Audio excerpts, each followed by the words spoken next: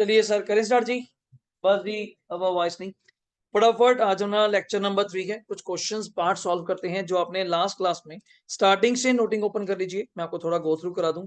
जिन्होंने नहीं लिखा हुआ बिल्कुल चिंता करने की जरूरत नहीं है, साथ वालों से आप फोटो खींच के क्लिक कर लीजिएगा या ये पीडीएफ आपको ग्रुप में शेयर हो जाएगी। मैं दोबारा कह रहा हूँ, ये मेरी बिल्कुल बेसिक पीडीएफ है जिसके अंदर हम अभी रेट्स रिवाइज कर रहे हैं, नाम लिख रहे हैं असेसीज के। तो दोबारा रिवाइज करते हैं हमने क्या कुछ किया था, फटाफट आएंगे मेरे साथ साथ। तो सब्जेक्ट जो हमने स्टार्ट किया हुआ है, सभी लोग कॉपी पे देखते हुए, क्या नाम है जी, टैक्सेशन। दो पार्ट है हमारे सिलेबस में, याद रखिएगा। अब इक्वल वेटेज कर दी है आईसीआई ने। 50 नंबर का इनकम टैक्स आएगा, 50 नंबर का जीएसटी। जो आपको बुक प्रोवाइड की जाएगी वो कंप्लीट होगी, उसी के अंदर इनकम टैक्स होगा, उसी के अंदर जीएसटी होगा। हम दो पार्ट करवाएंगे उस बुक के, स्पाइरल करवा के, क्योंकि बुक बड़ी है, थोड़ी बड़ी है, मोटी है, तो ज्यादा नहीं कैरी करनी मुश्किल हो जाती है। तो दो पार्ट्स में, क्योंकि मिक्सअप नहीं चलेगा कि आज अभी जीएसटी कर लिया फिर ब्रेक छोड़ दी फिर इनकम टैक्स कर लिया, नहीं वो काम नहीं होगा।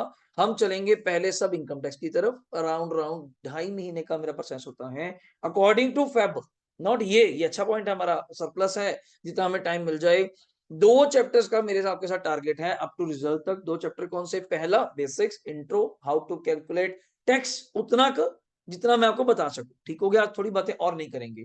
नंबर 2 हमने क्या सीखना है? Residential status. क्योंकि लास्ट लेक्चर जिन लोगों ने सुना हो उसमें एक बात बार बार आ रही थी, रेजिडेंट रेजिडेंट रेजिडेंट। तो ये चेक करना बहुत जरूरी है, how can you say that the assessee is resident और not for that particular previous year और नॉट। तो उस ईयर में जब आपने क्वेश्चन पूछा भी था किसी में से आपने, सर अगर मान लीजिए, हाँ ऑनलाइन ही था, कि जिस साल का आप टैक्स निकाल रहे हो वो पर्सन उस साल क्या है? रेजिडेंट। बट जिस साल टैक्स पे करना है वो अगले साल पे करते हैं, उस साल वो क्या हो जाता है? नॉन रेजिडेंट, मतलब फॉरेन चला जाता है, उसका वहां पे सेटअप है। तो मैंने कहा था चिंता मत कीजिए, ये स्टेटस हर साल चेक होगा। तो बड़ा काम मुश्किल है, फिर इसी बात के तो पैसे हैं। मुश्किल काम के आसान बात के वैसे कैसे होंगे? तो एज अ क्लाइंट, अब मेरी बात सुनेंगे, हंड्रेड्स ऑफ मेरे पास क्लाइंट हैं, तो आप भी समझदार हैं, इंडिया में आप रहते हैं। इतने कितने परसेंटेज सोच के देखो क्लाइंट होंगे जो ऐसे होंगे जो ज्यादातर फॉरेन रहते होंगे, या ज्यादातर फॉरेन कभी इंडिया। मेरे केस में अगर मैं बात करूं 5% केसेस हैं जो मैं, जिन क्लाइंट्स को मैं जानता हूं, जैसे वो 4-5 महीने कभी उनका बेटा बेटी फॉरेन है वहां चले जाते हैं, या रिटायर्ड है तो कभी इंडिया आ जाते हैं, कभी फॉरेन चले जाते हैं। 95% में तो केस है जैसे हमारे जैसे, जब से जन्म हुआ है हिंदुस्तान में है, जहाज फोटो में देखा है, तो कभी बाहर गए नहीं, या इंडिया ही गए हैं। इंडिया के बाहर तो, अगर गए भी हैं इंडिया के बाहर आप में से कुछ लोग, अगर तो 1 दिन 2 दिन 5 दिन 10 दिन 15 दिन, आई थिंक तो पैसे भी लगते हैं। हाँ, फ्री तो नहीं ना कि लेके जा रहे हैं तो चलो चलो चलो सभी चलो, ऐसा तो नहीं होता।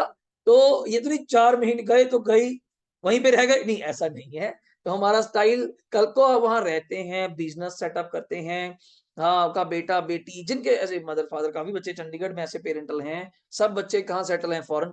वो यहाँ पे रिटायर्ड हैं, अच्छी पेंशन आ रही है, तो कभी 4-5 महीने बच्चों के पास लगा आते हैं। जैसे हम कहते हैं सर्दियों में इंडिया आ जाते हैं, वहां ठंड ज्यादा पड़ती है अगर आपको पता हो, गर्मियों में वहां वेदर अच्छा होता है, वहां चले जाते हैं, यहाँ बहुत गर्मी है, तो उसको अकॉर्डिंगली उनका सेटिंग चल रहा है। बट उनके केस में हमें थोड़े चार्जेस अगर ज्यादा लेने पड़ेंगे भी, साफ कह के कि सर आपके काम में मुझे थोड़ी सी मेहनत ज्यादा करनी पड़ेगी। वो क्या?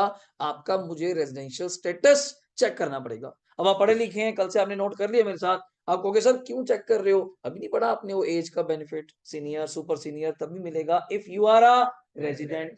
बल्कि आप सुन के हैरान हो जाएंगे, चर्चा इसके आगे भी है।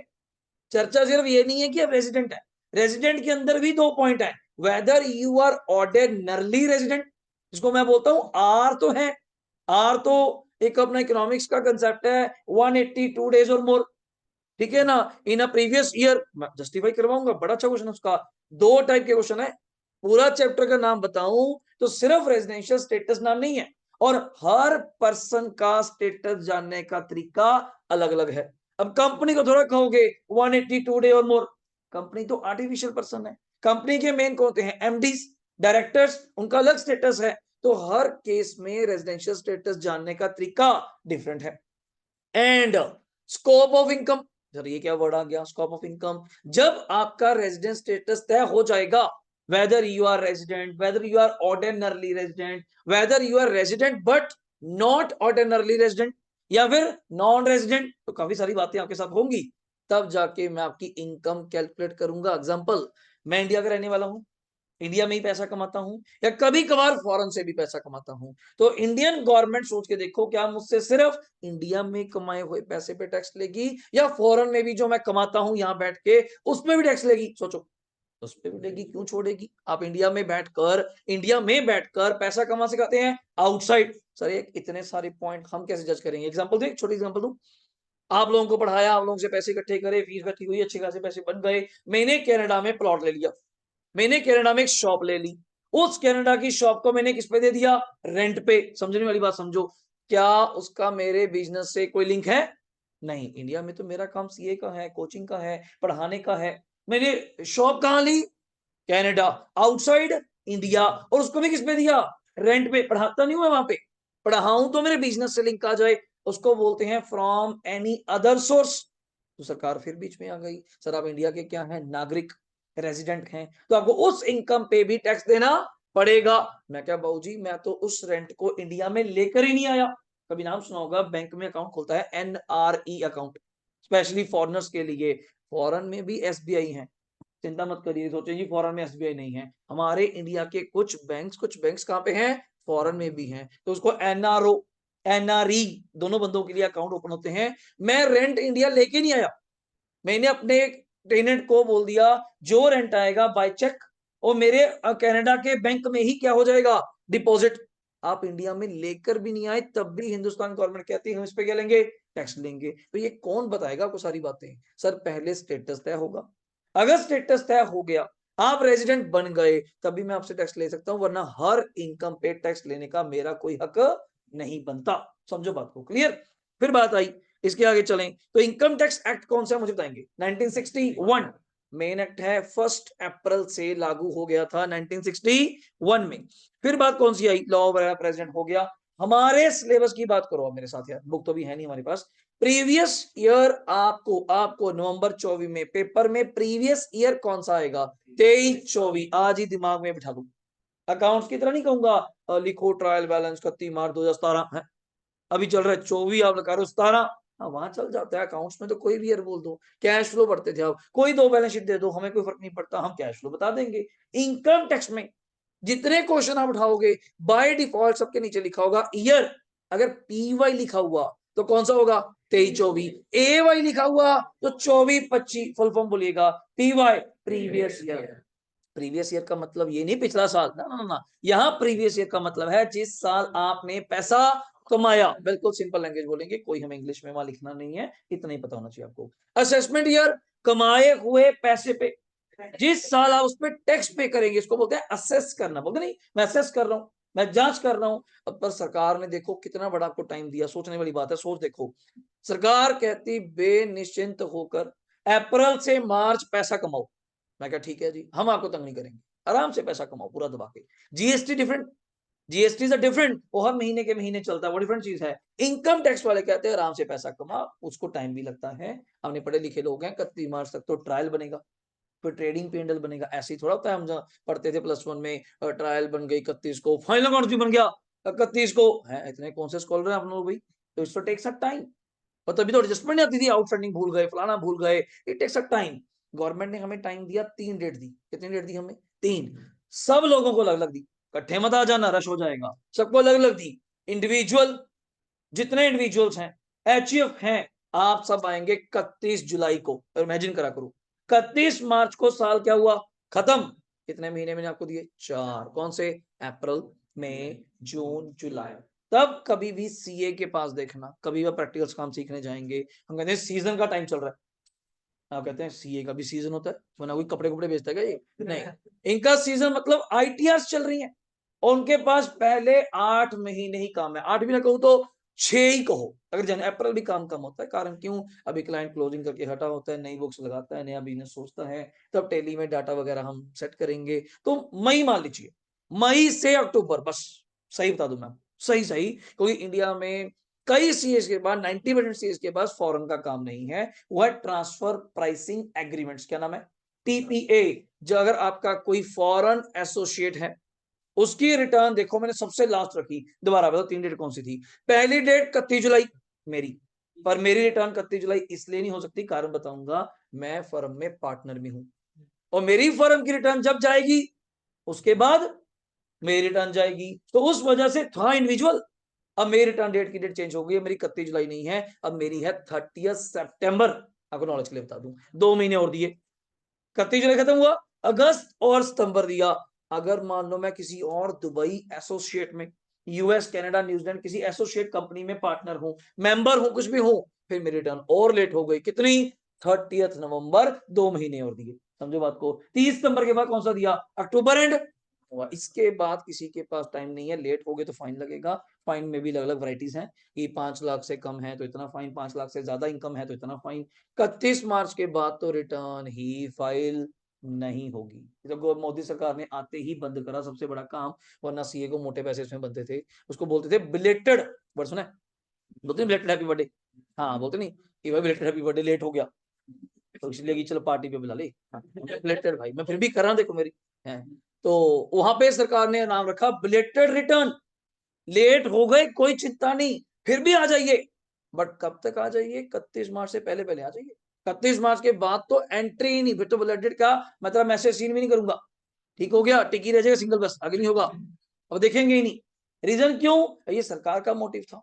पहले हम पिछली 2-2-3 साल की रिटर्न भर देते थे विद फाइन फुइन करवा के, क्योंकि इमरजेंसी, लोग सोचते हैं कि ऐसे कौन लोग होते होंगे सर जो इकट्ठे आए पिछले 3 साल की रिटर्न भर दो, वरना लोग 1 साल की होती हैं, इकट्ठे आए 2 साल की रिटर्न भर दो, वो सब हैं फॉरेन जाने वाले, और तो होता नहीं। जो अच्छा बंदा होगा वो तो हर साल रिटर्न भरवा रहे हैं। वो जो फॉरेन जाने बोलते हैं, एम्बेसी, आपकी फाइल लगती है +2 के बाद कनाडा जा रहे हैं, आप चले गए बैंक में लोन लेने, एम्बेसी के पास, वो कहेगा जी पिछली 3 साल की क्या लेकर आओ, आईटीआर। आप कहते ये क्या होता है, कहते भाई जाओ ये साहब के साथ वही बताएंगे आपको क्या होता है। अगर वो पॉसिबल है, जैसे राइट नाउ इस ईयर सरकार ने 2 साल की पिछली रिटर्नें ओपन करी हुई है विंडो, कि आप भर सकते हैं। उसका कारण भी क्या है, क्यों ओपन करा, आप कहते हैं अभी तो बंद किया मुझसे ने, उसका कारण है क्रिप्टो करेंसी, नाम सुना हुआ है, बिटकॉइन, हाँ बच्चे बच्चे ने कई बार छोटे छोटे पैसे कमाए, डॉज, इथेरियम, इनसे पैसे कमाए, तो इसलिए मोदी सरकार ने इस पे 30% राइट नाउ क्या लगा रखा है, टैक्स। क्रिप्टो करेंसी पहले हमारी एसेट्स में इसको हम काउंट नहीं करते थे, और जब अदर सोर्स पढ़ाऊंगा उसमें नया नाम एक ऐड कर दिया आज के बाद, वीडीए, वर्चुअल डिजिटल एसेट, ये कवर कर दिया। अब आने वाले टाइम में बीच में हाहाकार मच गया था, बड़े क्रिप्टो डाउन गई एकदम से, रीजन, और निर्मला सीतारमण ने फाइनेंस एक्ट वजह ने बोल दिया इसको हम इलीगल करार कर देंगे हैं। लोग कहते तो खत्म, मार्केट गई, मार्केट चलती किसके है, न्यूज, न्यूज के पे चलती है। तो दोबारा जब उन्होंने थोड़ा संभाला, नहीं नहीं नहीं अभी इलीगल नहीं कर रहे हैं, कुछ कंट्रीज में चल रही है, तो हमने इसको 30% टैक्स में लेके कवर करना चाहा। आने वाले टाइम में क्या होगा भगवान जानता है, पर अभी के लिए गवर्नमेंट ने विंडो ओपन करी कि जिन जिन लोगों ने पिछले 2-2 सालों में पैसे कमाए हैं, हमें अपने आप सारा हिसाब दे दो, अगर हम हिसाब लेने पे आ गए फिर काम खराब हो जाएगा। अब कहते ठीक है जी, तो विंडो ओपन करी। मेरे जैसे बंदे ने भी 2020 में कुछ पैसे कमाए थे, क्रिप्टो से कुछ करा पूरा था, वो रिकॉर्ड में ही था, तो मैंने बताना चाहा 30% टैक्स देके अपनी इनकम को क्या करा, व्हाइट मनी। मतलब जब भी आप टैक्स पढ़ेंगे ना, आपको मेरी सोच रहेगी आपको उसके पीछे की कहानी बताना। एग्जाम्पल देता हूँ, बड़ी छोटी एग्जाम्पल देता हूँ। 2016 में डीमोनेटाइजेशन हुई, याद है वो दिन, काला दिन, ठीक है, रात को 8 बजे 8 नवंबर मोदी जी टीवी पे आए, जस्ट अब अभी मार्केट में पैसे दे के आए थे, किसी को 1000 के, किसी को कौन से नोट, कहता ये अब 500 या 1000 के नोट हमने क्या कर दिए, बंद कर दिए। आपको क्या लगता है ये ऐसे ही बंद हो गए, ये 8 नवंबर ही डेट चुना गया, आ गए और बोल के चले गए, नहीं। एक्चुअली ये स्टेप स्टार्ट हुआ था जाकर के 1 जून को, एक लॉ निकाला गया था, ध्यान सुनना किसी को याद हो, कभी सुना हो मार्केट में, इनकम डिस्क्लोजर स्कीम, क्या आई थी, इनकम डिस्क्लोजर स्कीम। सरकार ओपनली मार्केट में बोल रही है, सीए मार्केट में लोग बोल रहे हैं, सरकार कहती हम आपको कुछ नहीं कहेंगे, आप आगे आइए, अपने आप आगे हमें बताइए मेरे पास इतनी ब्लैक मनी है। और आप लोग जानते हैं जब आगे आने को बुलाया जाता है लोग पीछे होते हैं। मैंने देखो आगे आने को कहा, हिलने को नहीं कहा, साले पीछे हो गए। जो खड़े थे कुछ वो आगे हो गए अपने आप।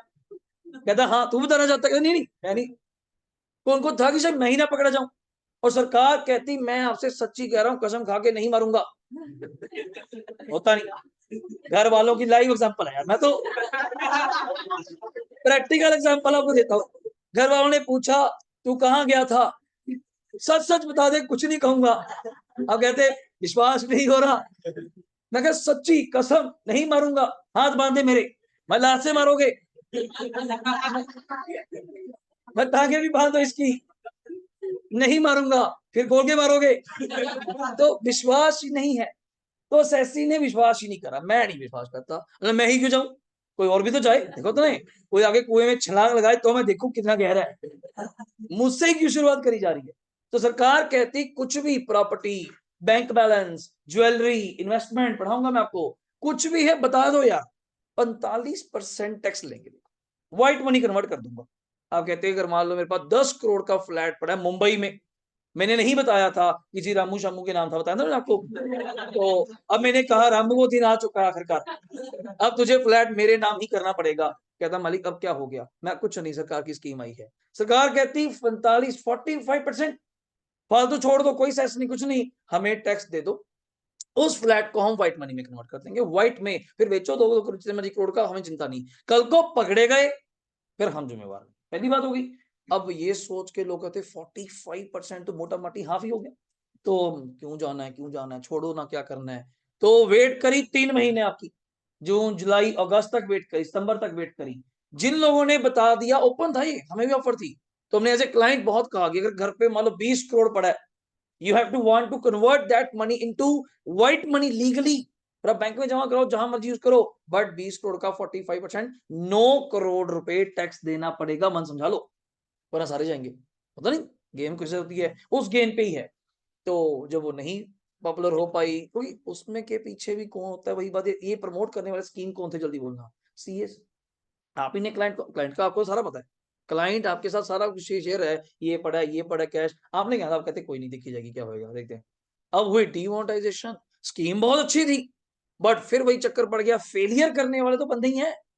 मोदी साहब थोड़ा बैंक में आके बैठेंगे, तो बैठने वाले कौन है, सारे मैनेजर्स, और वही का काम खराब हो गया, पैसे मुझे दो, इतने % कमीशन लूंगा, आपको पता होगा कन्वर्ट कराए लोगों ने। हाँ, तो इसमें बहुत सीए ने बहुत पैसे बनाए हैं, कि क्लाइंट आया 2 करोड़ रुपए कैश पड़े हैं, मैं क्या पहले ही पूछा था, कहता नहीं अब देख ले, मैं क्या 20% काट लगेगी, सिंपल सी बात है, 2 करोड़ का 20%, 40 लाख रुपए मैं लूंगा, और 1 करोड़ 60 लाख तुझे तेरे नोटों में, 100 में, जो जैसे हैं 2000 के नोटों में सारे मिल जाएंगे, 40 लाख मेरे। और या इसको कैसे जमा करवाना है बैंक में, या जिन लोगों की ऑडिट चल रही थी, लिमिट चल रही थी, बैंक से ऑडिट चल रही थी करोड़ करोड़ रुपए, मैं कुछ नहीं करना, 500-500 हजार के नोट उठाओ, फटाफट जाके बैंक में क्या भर दो, ऑडिट, सारे बैंक की लिमिट भर दो, कल कोई क्वेश्चनेबल होगा मेरे से ही होगा, मैं बैठा हूँ, बस यही सब। कोई बात हमारे सीए जितने भी थे टाउन में, कोई बात हुआ क्लाइंट आया करे, मैं बैठा हूँ, मैं क्या आप बैठे ही हो, बस मुझे ही दिख रहा है कि अगर कुछ हुआ ना, ध्यान रखना, मैं क्या यार बैठे हैं, मैं क्या तू जा बैंक में जाके जमा करा दे, लेबर लाइनों में लगा दी, अगर हम देखा होगा, अपनी लेबर को छुट्टी दी, 100 वर्कर है मेरा, सबको 10-10 हजार रुपए देके जाओ डेली, 100 बंदा 10 लाख रुपए डेली क्या हो रहा है बैंक में जमा हो रहा है। अब लेबर से 10 हजार ही दूंगा, उसको 1 लाख दे दिया, उसको थपड़ा देंगे लोग कि साले तू गरीब आदमी, तू 1 लाख कहां से लाया, मैं घर पे रख के बैठा हूँ, तेरा आरबीआई है घर पे रख के बैठा हूँ, तो उसको 10 हजार, 15 हजार, 4 नोट, 5 नोट, जो जैसे भी आ रहा है, अपनी एक दिन की दिहाड़ी ही खराब होगी, 400-500 रुपए वेजिज है, पर कन्वर्ट कितने करा के लेके आ रहा है, 10 हजार, 5% पे हो गए, सीए साहब 20% मांग रहे हैं, पर वहां पे बड़ी अमाउंट है, वो ऐसे पॉसिबल नहीं है कि 100 करोड़ कन्वर्ट कराना है, कैसे हो जाएगा, दिमाग खराब है, इतनी लेबर इकट्ठी करूंगा वही ना भाग जाए, वो तो कहेंगे बहुत ही लंगर बांटा है, 10-10 हजार लेके चले गए भाई भाई, मैं के बाद में मैं ऊपर छत से देख रहा, मैं हाथ क्यों बुला रहे जय श्री राम, तो दिक्कत आ जाएगी अपने को। तो सेम कोई भी गवर्नमेंट जब पॉलिसी बनाती है ना, सोच कुछ और होती है, वो इंप्लीमेंट करते हुए कुछ और बन जाती है, पर जबकि ये एक सीधा डिमोनेटाइजेशन नहीं हुआ था, पहले क्या प्लान आया, लोगों ने नहीं माना, फिर स्टेप तो लेना ही पड़ा हमें, तो ये स्टेप हुआ, अब 2000 का नहीं हुआ, 2000 की नहीं हुआ, हम फर्स्ट डे से कह रहे थे कि 2000 का नोट भी बंद होगा, अब लोग कहते नहीं नहीं तो पागल हो गए, ऐसे हो जाएगा, कारण क्यों, जिस देश की इतनी बड़ी डिनोमिनेशन है, उस देश की उतनी तरक्की कम है। यूएस में है $2000 का नोट, $1000 का है, चलो $100 तक है, अपना 100 का नोट, अच्छा उनका अपना, उनका 100 का नोट अपना 2000 का, अच्छा आप 20 गुना आगे हो गए, उल्टा 20 गुना पीछे हो गए, हम पीछे चल रहे हैं उनसे, जबकि वैसे ही पीछे हैं, पर करेंसी में उनसे बड़े, गलत हो जाएगा। लोग कहते हैं रुको, अभी तो 5000 का नोट आएगा, मैं तो दिमाग खराब हो गया, अब नहीं क्या खा भी कहते सुबह, 5000 का नोट आएगा अभी, तो मैं शुक्र है 2 लाख का ही बोला तुम्हें, है पागल लोग आदमी, मगर 2000 का खतरा है हमारे लिए, तो बट कारण क्या था, एक लीगल टेंडर। अब मुझे पता है कि मैंने 2000 के इतने नोट प्रिंट करें। अब देखा करो कभी, अब जब 2000 एकदम से नहीं बंद हुआ, देखा होगा जितने लोगों के पास 2000 थे, जो नोट बैंक में चला गया वापस नहीं आया। मैं जितनी बार बैंक गया हूं जी, मैंने अगर पैसे वैसे तो जरूरत नहीं पड़ती आजकल, तो कैशलेस इकोनॉमी बहुत ज्यादा गवर्नमेंट ने प्रमोट कर दी। आप भी ऑनलाइन करते हैं, हम भी नेफ्ट करते हैं, आरटीजीएस करते हैं, किसी को पेमेंट देनी है, बहुत रेयर विदड्रॉ। मैं बता चुका, कैश से दो जगह रह गया, प्रॉपर्टी और गोल्ड, और कहीं नहीं है प्रॉपर्टी कैश में, ठीक है। तो और मैं जब भी पैसे निकलवाने गया हूं, मुझे 500 की नई गड्डी मिल जाएगी, 2000 का नोट नहीं मिला। मैं 2000 की कॉपी दे दो, है ही नहीं। अब तो मार्केट में एक और काम हो गया, 10 की गड्डी नहीं आ रही। देखा होगा आपने, 10 रुपए की नई कॉपी मार्केट में है ही नहीं। गवर्नमेंट ने प्रिंटिंग ही बंद कर दी। आने वाले टाइम में से उसके क्या आ जाएंगे, सिक्के आ जाएंगे 10 के भी। अब जाओ, बिजनेसमैन जाता है दुकानदार को, कहता है कि 10 रुपए की कॉपी दे दो, है ही नहीं। और अब ब्लैक सुन के हैरान होंगे, 1400 रुपए, 1000 रुपए की कॉपी है, 1500 ब्लैक, और नोट आधे फटे हुए, आधे खराब। नहीं तो भूल जा, नहीं तो हाँ 20 की आ रही है अभी भी राइट नाउ, पर आने वाले टाइम में वो भी बंद हो जाएंगी, सब सिक्के आ जाएंगे 10 20। और क्या, जैसे बड़ी इकॉनमी नहीं चलती फॉरेन में, डॉलर्स यूरोस चलते हैं, इन छोटी करेंसी में आ जाएंगे 10 20 और 50 तक। करेंसी आपके पास 100 वाली ये कुछ रह जाएगी। और सिक्के कभी खराब नहीं होते, ना कोई फटना है, सिंपल सी बात है, ना कोई स्पॉइल होना है, ना गिल्ला होना है, ना जलना है, कुछ भी नहीं होना। तो इन्होंने छोटी करेंसी के लिए वो काम स्टार्ट कर दिया। अभी लोग लेते नहीं, आपकी दुकान पे जाते हैं, कुछ सामान लेते हैं, दुकानदार 4-5 सिक्के दे देता है, कहते हैं यार नोट दे दे, कहाँ कैरी करेंगे। और आने वाले टाइम में आपको माइंडसेट चेंज होगा लोगों का, और क्या करेंगे फिर, नोट तो है ही नहीं। अभी दिख रहा है तो आप नोट लेते हैं, पर वो नोट ऐसा गंदा सा निकालता, डर जाते हो नींद से। वो ऐसी शक्ल गांधी जी भी पछाने नहीं जा रही, रहने दे भाई, क्या पता जवाहरलाल नेहरू है बाल आगे क्या गया। तो आप कहते हैं भाई तू रहने दे। रीजन, जैसा मार्केट में सर्कुलेट होगा वैसा ही मार्केट में चलेगा, सिंपल बात है।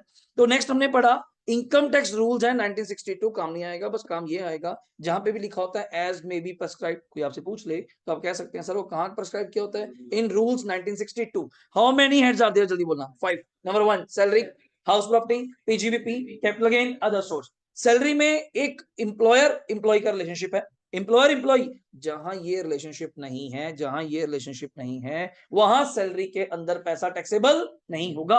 मैं सुधीर सर के साथ पढ़ाता हूं, वहां हमारा एम्प्लॉय एम्प्लॉय रिलेशनशिप नहीं है, वहां पे हम एज ए बिजनेस पार्टनर है, बिजनेस टीम है। अगर मैं कहूँ सैलरी है, फिर मेरी सैलरी हेड में जाएगा, और मैं उसको कहाँ ट्रीट करता हूँ, अपने बिजनेस में। तो ये आपको फर्क पता होना चाहिए। और भी कहीं जगह पढ़ाता हूँ, कहीं भी मेरा एम्प्लॉयर एम्प्लॉय रिलेशनशिप नहीं है। स्कूल में टीचर्स आते हैं और एम्प्लॉयर एम्प्लॉय है। अब कल 26 जनवरी है, सब स्कूलों में छुट्टी होगी, बच्चों को, टीचरों को नहीं। वो कहेंगे सुबह आ जा, वहां झंडा फहराना है, ऐसे करना है। हाँ, वो कहता महाराज सबको छुट्टी है, तुझे नहीं है, तुझे नहीं है। कारण एम्प्लॉई एम्प्लॉयर रिलेशनशिप है, बच्चों के साथ थोड़ा तेरा। आप कॉन्ट्रैक्ट है, ओनर है, दोनों पार्टनर हैं, फिर आपकी भी सेंट होगी, सर मैं नहीं आ पा रहा, मैं बाहर हूँ, मना कर सकता हूँ मैं, मना कर सकता हूं मैं, तो सबका अपने स्टेटस है। नेक्स्ट वन, हाउस प्रॉपर्टी में दो ही चीजें थी, एलओपी एसओपी। जिस घर में आप रहते हैं उसका क्या नाम है, सेल्फ ऑक्युपाइड प्रॉपर्टी। नॉलेज के लिए बता दूं, वो हमेशा खाली रहेगा, खाली मतलब उसमें कभी भी कोई इनकम तो मतलब ही नहीं। हाँ लॉस आ सकता है, उसका रीजन बताऊंगा क्यों। अगर आपने घर बनाने के लिए कभी बैंक से क्या लिया होगा, लोन, उस लोन के ऊपर आप क्या पे करते हैं, interest, but subject to limit. अब इतना ही बता सकता हूं मैं आपको। नंबर 3, पीजीबीपी किससे, बिजनेस या प्रोफेशन से।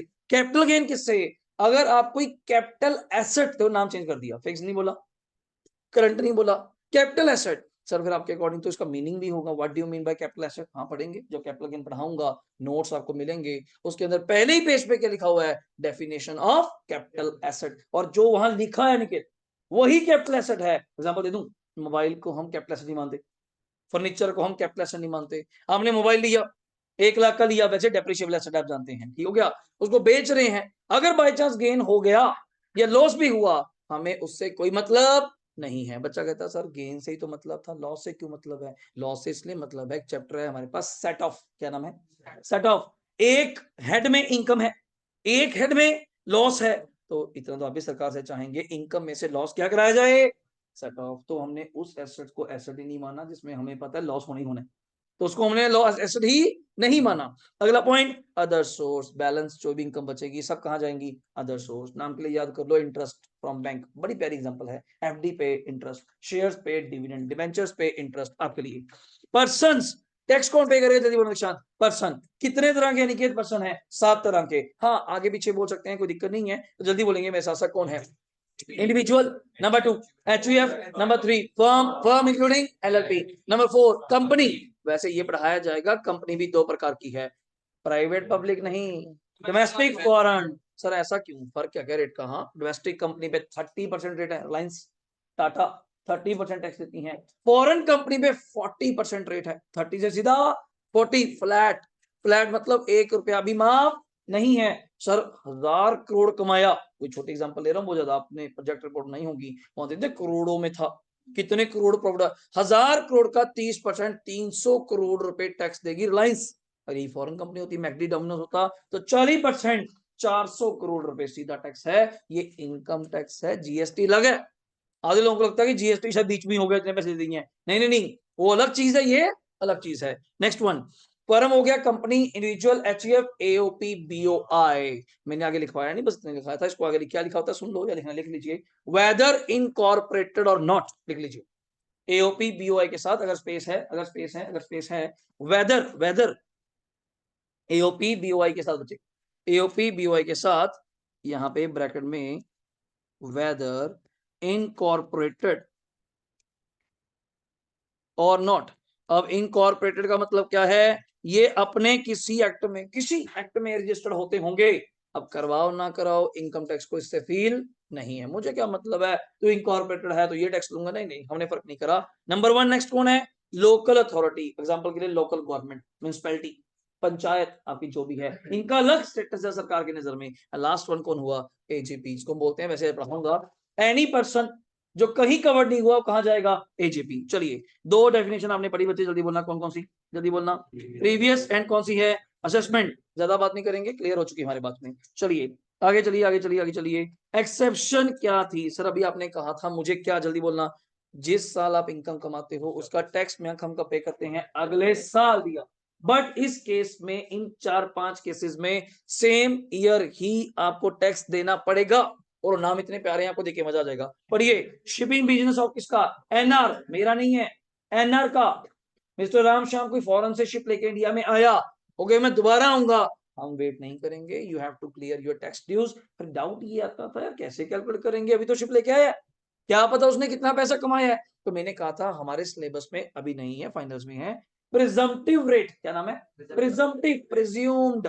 हम मान के चलेंगे इस शिप पे कितने तूने कैरेज दिया, इस शिप को लेके आने का हम सबसे कितना किराया लिया, मैं कही 100 करोड़ रुपए, 5% आपकी इनकम है।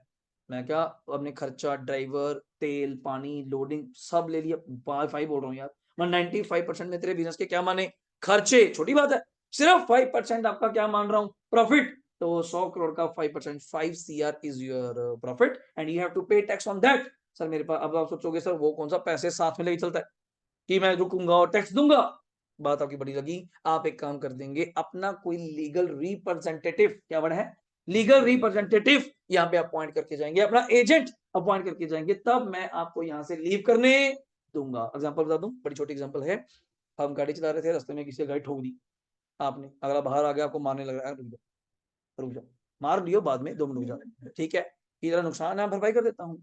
आपने फोन किसको करना है, अपने घर पे बड़े, जो आपको आगे ना मारे, ठीक है, ये भी होता है ना, मैं जिसको बुलाऊं साला वो मुझे मार रहा है, तो तू ही मार ले भाई, तो तू ही मार ले, डबल टकड़े खानी है, तो घर जाके बता ही देंगे। मैंने पता जी पापा अपने सेफ है, कुछ नहीं कहेंगे अपने को, या भाई सेफ है, मैंने उसको बुलाया, मैं आ जाओ, एक चक्कर पड़ गया, यहाँ पे चौक पे खड़ा हूँ, वो आ गया, सिंपल सी बात है। उसने मुझे कहा जी तू तो चल, दैट, वो बंदा कह रहा है ये नहीं जाएगा, साले में खड़ा दूं, क्या दिक्कत है तुझे, बच्चे को घर जाने दे, और तू गाड़ी लेके चल, कारण क्यों, उसके साथ वहां सेटल करनी है, मैं आ तो गया, और दूसरा बंदा भी उसको क्यों जाने देगा, अगर मैं वहां पे आके पहुंच जाता हूँ और उसकी गारंटी लेता हूँ, या मैं ही उसको जाके मारना शुरू कर दूं, अगर दिल है इनके हिसाब से पहले पेंडिंग है, पहले तुम ही कर लो, पहले तुम कर लो, वो कह रहा है मेरी गाड़ी है, तुमने ठोक दी फलाना, बंदा दूसरा नहीं मार रहा, आपस में लगे, अलग कहता है ये तो गलत हो गया। तो एनआर को तब जाने देंगे अगर कोई इंडियन पर्सन उस बंदे की क्या लेगा, गारंटी, या कोई एजेंट मुझे अपॉइंट करा दो, मैं आपको जाने दूंगा, फिर दूसरा बंदा मुझे क्या देके जाएगा, tax. Number 2, person living India permanently, आप इंडिया छोड़ के जा रहे हैं, परमानेंटली जाइए, कोई दिक्कत नहीं है, बट हमारा टैक्स देकर जाइए। नंबर 3, आप एसेट बेचनी शुरू कर रहे हैं अपनी, फॉर अवॉइडिंग ऑफ टैक्स, तो बेचना शुरू करिए। देखो बेचना क्यों शुरू करेंगे, अगर लिक्विडेशन का स्टेप है तो वहां पे होता क्या है, वैसे नॉलेज के लिए बता दूं, लिक्विडेशन कोई ऑरली नहीं होता, बाय कोर्ट अप्रूवल आती है, अब आने वाले टाइम में पढ़ेंगे, इसमें भी सीए का रोल है। तो मैंने आपको बताया भी था डिग्री है IBC, insolvency and bankruptcy code. हाँ प्रॉपर एक डिग्री है, सीए के बाद होती है। सीए 10 साल इन क्या चाहिए प्रैक्टिस, तो आप उसकी प्रैक्टिस भी कर सकते हैं। गवर्नमेंट जॉब भी है इस डिपार्टमेंट में। धीरज की क्लासमेट एक गर्ल है, फाइनल पास करते ही उसने डायरेक्टली दिल्ली में आईबीसी में उसकी गवर्नमेंट जॉब लगी हुई है। तो गवर्नमेंट जॉब भी होती है, एज अ सीए आपको हायर किया जाता है। तो करा क्या, आप ऐसे ही थोड़ा एसेट बेचना शुरू कर देंगे, तो वहां सारे डिपार्टमेंट्स को भी नोटिस जाएगा कि इस बंदे से जिन जिन लोगों ने पैसा लेना है सब वहां पे पहुंच जाओ। तो गवर्नमेंट भी बैठी है, जीएसटी भी बैठे हैं, सारे डिपार्टमेंट बैठे हैं। तो पहले गवर्नमेंट ड्यूज क्लियर करे जाएंगे। एक्चुअल में एक चैप्टर था ग्रुप 2 में लिक्विडेशन अकाउंट्स में, अब वो निकाल दिया। उसमें एक वर्ड आता था प्रेफरेंशियल क्रेडिटर, कभी लाइफ में सुनने को मिले, क्या नाम है प्रेफरेंशियल। तो क्रेडिटर ही है, पर नाम क्या रख दिया उसका प्रेफरेंशियल। प्रेफरेंशियल नहीं बोलते, प्रेफरेंशियल क्रेडिटर मतलब पैसे सबके देने आपके, पर आप में से भी कुछ लोगों की पहले क्या है प्रेफरेंस। और उसमें कौन आता है गवर्नमेंट ड्यूज, गवर्नमेंट के ड्यूज, पहले गवर्नमेंट ड्यूज दिए जाएंगे, फिर आम जनता का पैसा पे करवाया जाएगा। AOP BOI formed for a particular event, नाम इतना प्यारा है, बनाई ही क्यों थी पर्टिकुलर इवेंट के लिए, वो काम हो गया। जैसे आप कोई व्हाट्सएप एक ग्रुप बनाते हैं फोटो शेयर करने के लिए, एक ग्रुप बनाया उसमें फोटो डाली, पार्टी पुटी टूर पे घूमने गए, एक बंदा दूसरे बंदे को 200 फोटो मार रहा है, ठीक है, वो फिर रिपीट हो रही है, फिर 200 आ गई, वो कहता एक काम करो, एक काम करो 4-5 इकट्ठे हो, ग्रुप बनाओ, उसी में फोटो में डालो, उसके बाद ग्रुप पापा क्या कर देंगे लीव कर देंगे, सिंपल। तो बनाया ही क्यों था for a particular event. Practical example आपके सामने आई, ठीक हो गया। लास्ट, अगर आपने बिजनेस ही क्या कर दिया डिस्कंटिन्यू, वैसे इसका हिसाब किताब हम अगले साल भी कर सकते हैं, बट मैं चाहूंगा जो चीज बंदी हो गई गवर्नमेंट से उसका हिसाब किताब बंद करके नक्की करो। कारण क्यों होता है, अब जीएसटी का कुछ पेंडिंग बैलेंस बुलेंस होगा, कुछ क्रेडिट का होगा, खत्म करो यार। गवर्नमेंट को बताओ जी मैं दुकान ही बंद कर दिया, मैं नया बिजनेस स्टार्ट करूंगा विद न्यू जीएसटी नंबर। अगर इसको अपडेट करते हो तो कर दो, वरना मैं नया करूंगा। अब आया स्लैब रेट, शुरू करो फटाफट आज का मेन काम। स्लैब रेट किन लोगों के लिए पढ़ाई थी मैंने, जल्दी बोलना, आप लोग सभी साथ साथ बोलेंगे। इंडिविजुअल, एचयूएफ, एओपी, बीओआई, एजेबी, कितने लोग हुए चार, कितने लोग हुए चार, तीन कौन नहीं आए, फर्म कंपनी, उसका होता ही नहीं, firm company LA, local authority LA बोलूंगा। क्या स्लैब रेट है ध्यान सुनना, individual, HUF, AOP, BOI, whether incorporate और नॉट, एजेपी के लिए वेदर यू आर रेजिडेंट और not, whether you are resident और नॉट, रेजिडेंट हो या ना हो, आपकी एज भी 60 से कम है, क्योंकि मैं और नॉट के लिए बोल रहा हूँ। स्लैब रेट आपके सामने लिख दी, और इसको इंग्लिश में वर्ड बोलते हैं बेसिक एग्जम्पशन। क्या बोलते हैं इसको, बेसिक एग्जम्पशन, मैं लिखा भी था आपके सामने बेसिक एग्जम्पशन। तो क्या स्लैब रेट है, सभी लोग मेरे साथ साथ चलेंगे, 0 से 2.5, माफ है 2.5 से 5 लिखेंगे अपन लोग, कितना है 5%, 5 से 10 सीधा 20, और 10 के ऊपर 30। अभी आपको क्वेश्चन कराऊंगा इसके ऊपर। नेक्स्ट नंबर 2, ओनली किन के लिए, सिर्फ इंडिविजुअल के लिए। सर वो रास्ते में गायब हो गए क्या, हाँ एचयूएफ गायब हो गया, एओपी गायब हो गया, बीओबी मींस दैट। और ये कौन सी स्कीम है, आज के आपके पेपरों के लिए ओल्ड स्कीम है, पहले ये न्यू थी, अब ये कौन सी है ओल्ड। पहले इसको क्या नाम देते थे रेगुलर, देखो वर्ड मार्केट में सबके अपने अपने हैं, कोई ओल्ड, कोई रेगुलर, कोई पुरानी स्कीम, जो मर्जी कह दो यार, मैं इसको ओल्ड कहूंगा आपके लिए, क्योंकि बताऊंगा अब सिस्टम चेंज हो चुका है, एक नया स्कीम आ चुकी है 115 बीएसी, वो न्यू स्कीम है। और पहले क्या था, पहले 2 साल पहले क्या था, ध्यान सुनना, अगर आपने न्यू स्कीम अडॉप्ट करनी थी तो हमें बताना पड़ता था। जैसे मैं आपको बताऊं सर मेरी न्यू स्कीम है, मैं ओल्ड स्कीम में नहीं जाऊंगा। इस अटेम्प्ट से मई 24 से आईसीआई ने इनकम टैक्स का सिस्टम चेंज कर दिया। अब बाय डिफॉल्ट क्या बढ़ा, बाय डिफॉल्ट, जैसे मैं आपको कल मैसेज ना करूं तो बाय डिफॉल्ट मैसेज वही है जो पिछले वाला है, तो बाय डिफॉल्ट मैं आपको मानूंगा आप न्यू स्कीम में हैं, और अगर ओल्ड स्कीम में है तो मुझे बताकर जाएंगे। जैसे इस टाइम तो आईसीआई ने काम ही खत्म कर दिया, इस बार पहली बार बड़ा चेंज करा, वरना आईसीआई क्या करता था, हमेशा पैरेलल अटेम्प्ट चलाता था, सुना ना, पैरेलल, ओल्ड स्कीम भी चल रहा है और न्यू स्कीम भी चल रहा है। इस बार उन्होंने बहुत बड़ा हार्ड स्टेप लिया कि नवंबर के पेपरों के बाद जो तो पास हो गए ठीक है, जो पास नहीं हुए they automatically shifted to new scheme. कई बच्चे हैं हमारे 3-4 जो रह गए किसी कारण से, पर उनके लिए सर आईसीआई ने फायदा करा क्या, बुक्स भी चेंज हो गई, तो बुक्स उनको सस्ते में दे देंगे। कन्वर्जन कॉस्ट सिर्फ उनसे बुक्स की कितने लेंगे, 1,000 रुपए, जस्ट 1,000 रुपए, बुक्स की 6-7 हजार रुपए की हैं, यू हैव टू पे ओनली 1,000 एज अ फीस लगा लो, एज अ बुक्स फीस लगा लो, कुछ भी लगा लो। पुरानी बुक्स तो डेट होगी भाई, टैक्स सारा डेट हो गया, असेसमेंट ईयर, टैक्स की सबसे बड़ी दिक्कत ही क्या है, असेसमेंट ईयर चेंज हो जाता है, मई नवंबर सेम रहता है। अब मई नवंबर कौन सा, ये वाला, जैसे ये मई 24 नवंबर 24, subject to amendments, subject to amendments, और सुन लो आज बात चली है, आपके पेपर में जो अमेंडमेंट्स आएंगी मई वालों को कौन सी आती हैं, 6 महीने बैक कौन सी आती हैं, 31 अक्टूबर तक की, 31 अक्टूबर मान लो 31 अक्टूबर 2023 तक जितनी अमेंडमेंट, बस इनकम टैक्स में तो आई नहीं इस बार, जीएसटी में आती है ज्यादातर, वो हर महीने बैठ जाते हैं लगे कुछ ना कुछ, तो 31, हाँ ऐसी होता है, वो हर महीने कुछ ना कुछ लेके बैठ जाते हैं, अब ये 12% से 18 में कर दिया, अब ये टैक्सेबल कर दिया, अब ये माफ कर दिया। इनकम टैक्स नहीं करता, इनकम टैक्स तो साल भर बैठता है, अभी 1 फरवरी को बजट आएगा उसमें बैठते हैं, बीच में छोटा मोटा कोई सर्कुलर आ गया तो आ गया, वरना नहीं आता। यही इनकम टैक्स का फायदा है, बस एक बार पढ़ लिया सालों साल तक चेंज चलता है, एक्सेप्ट कोई बहुत बड़ा ड्रास्टिक चेंज आ जाए। तो हुआ क्या, 31 अक्टूबर आपके पेपरों में नवंबर के लिए 30 अप्रैल 30 अप्रैल तक अगर अमेंडमेंट आ जाती हैं सारी जितनी भी जीएसटी में इनकम टैक्स में, वो आपके पेपर के लिए क्या रहेंगी, रेलेवेंट। और आईसीआई के जो बोर्ड ऑफ स्टडीज है आप देखते हो वहां पे जाके फाइल्स में वहां लिखा होता है स्टैच्यूरी अपडेट, क्या लिखा होता है, स्टैच्यूरी अपडेट, वो अमेंडमेंट, वो अमेंडमेंट अगर आया होगा तो ओके। ये किसके लिए सेक्शन है दिया, सिर्फ इंडिविजुअल के लिए, और जो जो जो क्या है रेजिडेंट, क्योंकि मेरी लाइन याद कर लो क्रक्स लाइन, एज का बेनिफिट मिलेगा ही कब, अगर आप देश के नागरिक होंगे। पर वो चेक करने का तरीका क्या है, चिंता मत करिए, जो मैंने आपको नोट्स दिए हुए हैं उसके अंदर वो सब कंप्लीट है, बट जब स्टार्ट करेंगे तब ओके। आगे एज 60 और more but less than 80 slab बोलो जल्दी, और इसको क्या नाम बोलते हैं, सीनियर सिटीजन, 0 से 3 लाख नील, 3 से वही 5%, 5 से 10 20, 10 के ऊपर 30, चल भी तीसरा जल्दी आ जा, इंडिविजुअल रेजिडेंट एज 80 और मोर, नाम क्या दिया, सुपर सीनियर सिटीजन, रेजिडेंट हो तो एज का बेनिफिट दूंगा, वरना एज का बेनिफिट नहीं दूंगा। आप चाहे मुझे बोल दीजिए बंदा 90 साल का है, इनकम भी बता दो, मैं खुश हो गया, 90 साल का है, सुपर सीनियर है, 0 से 5 माफ है। आपने लास्ट बात तो लास्ट में बताई, कौन सी मेन में बताई, कि बंदा नॉन रेजिडेंट है, मैं नहीं नॉन रेजिडेंट है तो उसको एज का बेनिफिट नहीं मिलेगा, फिर वो 0 से 2.5 में जाएगा, तो 0 से 2.5 में, यहां भी सरकार ने क्या सुना ध्यान से देखो, 0 से 5 तो नीली कर दिया, अब ये नहीं कि अगली बार 5 कहा ना, 5 से 10 वही 20, और 10 के ऊपर 30। फिर बात आई एक्सेप्शन, तो मैंने आपको बता ही दिया, बर्थडे वाली एक्सेप्शन थी, अगर किसी पर्सन का बर्थडे कब आता है 1 अप्रैल, वो भी 2 केस में दिक्कत आएगी, अगर आप 59 के हैं और 60 होने वाले हैं, 79 के हैं तो 80 होने वाले हैं, आपके केस में चिंता मत करो, होने वाले आप अगले दिन थे, अगले फाइनेंशियल ईयर थे, हम 31 को ही आपको 60 का मान लेंगे।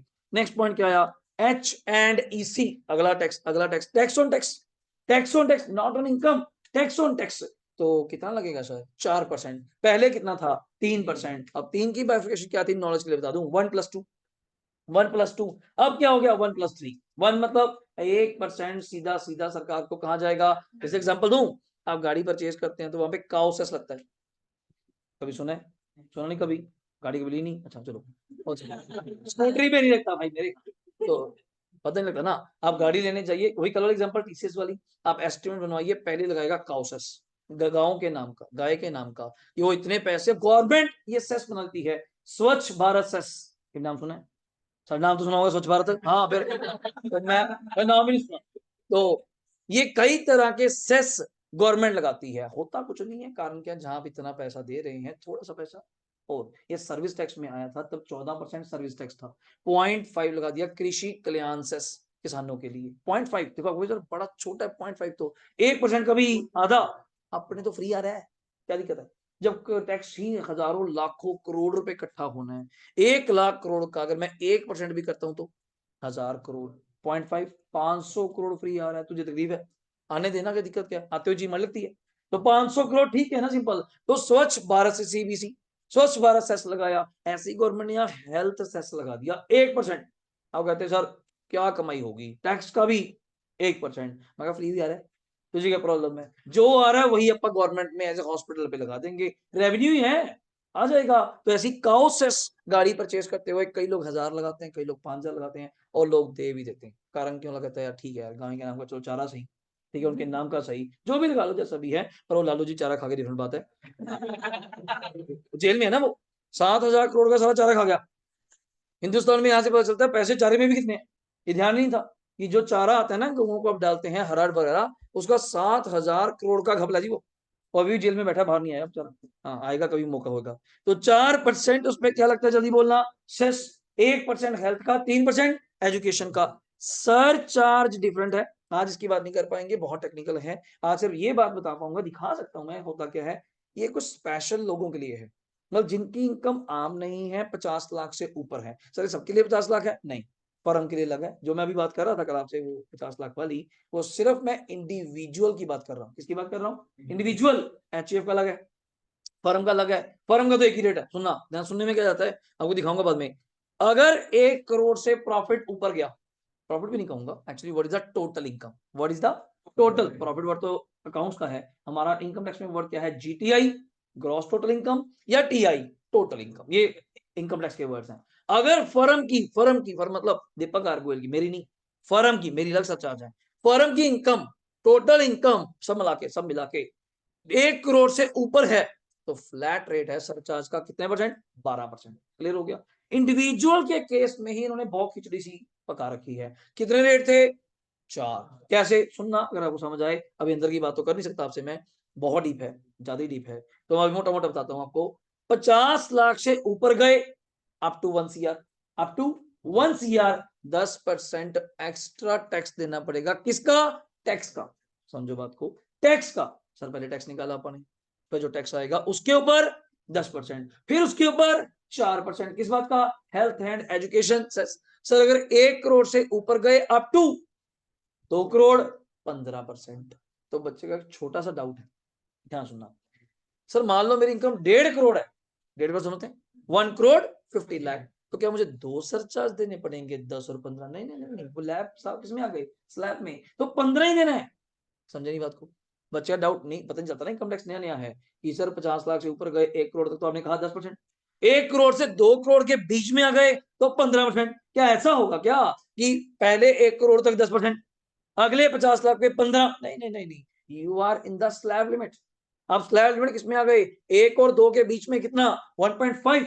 तो रेट तो एक ही लगेगा, कितने परसेंट? 15%। सर अगर 2 करोड़ से पहले यहीं तक था, अब बढ़ा दिया 2 साल से, अगर 2 करोड़ से ऊपर गए अप टू 5 करोड़, 25%, 25%। अगर 5 करोड़ से ऊपर गए, अगली बंडिंग है 37%। बट बीच में कुछ और भी है, अभी पूरी बात नहीं करूंगा, फिर आपको लगेगी सर ने पूरी बात बता दी। नहीं, अब मैंने मोटी मोटी बात हेडिंग बताई, मोटी मोटी आपको रेट बताए। एप्लीकेबिलिटी तो मैं सिखा ही नहीं सकता अभी, कारण इतना सुनते ही अगला वर्ड जाग जाता है। वो कौन सा है? याद करिए कब आया था, मैंने एग्जांपल भी दी हुई है। अगर इनकम में थोड़ी सी बढ़ती है, जैसे हमने कहा सर 50 लाख से ऊपर गए तो अब बहुत बड़े आदमी, मैं क्या 50 लाख 10,000, तो इतने बड़े भी नहीं हुए भाई, जितना तूने बड़े बना दिए, होता नहीं, जितना बड़ा तूने बना दिया उतने बड़े तो है ही नहीं। मैं क्या, क्यों, क्या हो गया? मैं क्या 50 लाख के ऊपर जाने पे तेरा लॉ लग जाता है मेरे पे। कौन सा लॉ लग जाता है? टैक्स तो देना ही था। समझे नहीं बात मेरी को? देखो अगर इनकम 50 लाख होती कोई प्रॉब्लम थी? टैक्स तो तब भी देना था। इनकम 50 लाख 10 हुई, टैक्स तो तब भी देना है। और इनकम 50 लाख के ऊपर कितनी गई मुझे बताओ? उस 10,000 पे वैसे क्या रेट लगता? 30। कोई 10 लाख के ऊपर जितनी इनकम जाती है उस पर कितना टैक्स लगता है? 30। 10,000 का 30% लगता भी क्या लगता? 3,000। 3,000, बट आपने मेरे पे टैक्स लगा दिया। कौन से वाला? सरचार्ज। अब मेरा मान लो 50 लाख पे टैक्स बनता है, मोटा मोटी बात कर रहा हूँ, 15 लाख, मोटी मोटी बात कर रहा हूँ, कितना बनता है?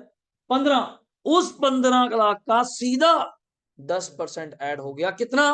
1,50,000 due to 10,000।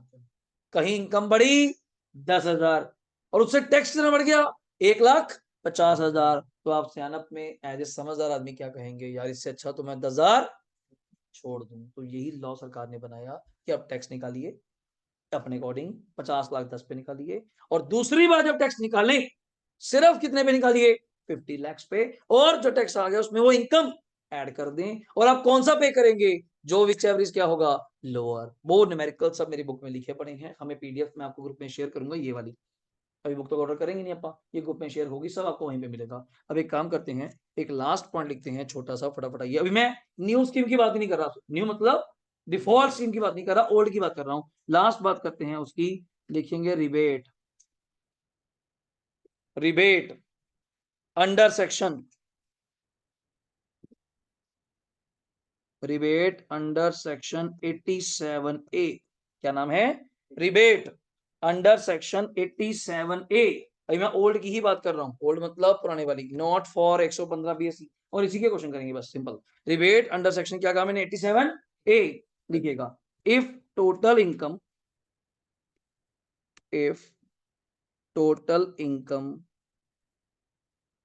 Of a resident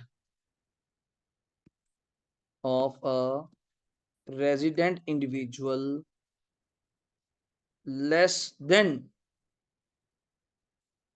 5 lakh, if total income of resident individual less than कितने से 5 lakh, then following is the amount of rebate. ये लास्ट पॉइंट है जी मेरा एंड पे। वो क्या है? ए पॉइंट टैक्स ऑन इनकम, जितना आपका टैक्स बनेगा, साफ हो गया टैक्स ऑन इनकम। और बी पॉइंट 12,500 और विच एवरेज लोअर, जो इन दोनों में लोअर होगा आपको उतने का रिबेट मिल जाएगा। ध्यान से लिख लीजिए, मैंने आपके सामने रख दिया, एक बार देखने में हर्ज नहीं है।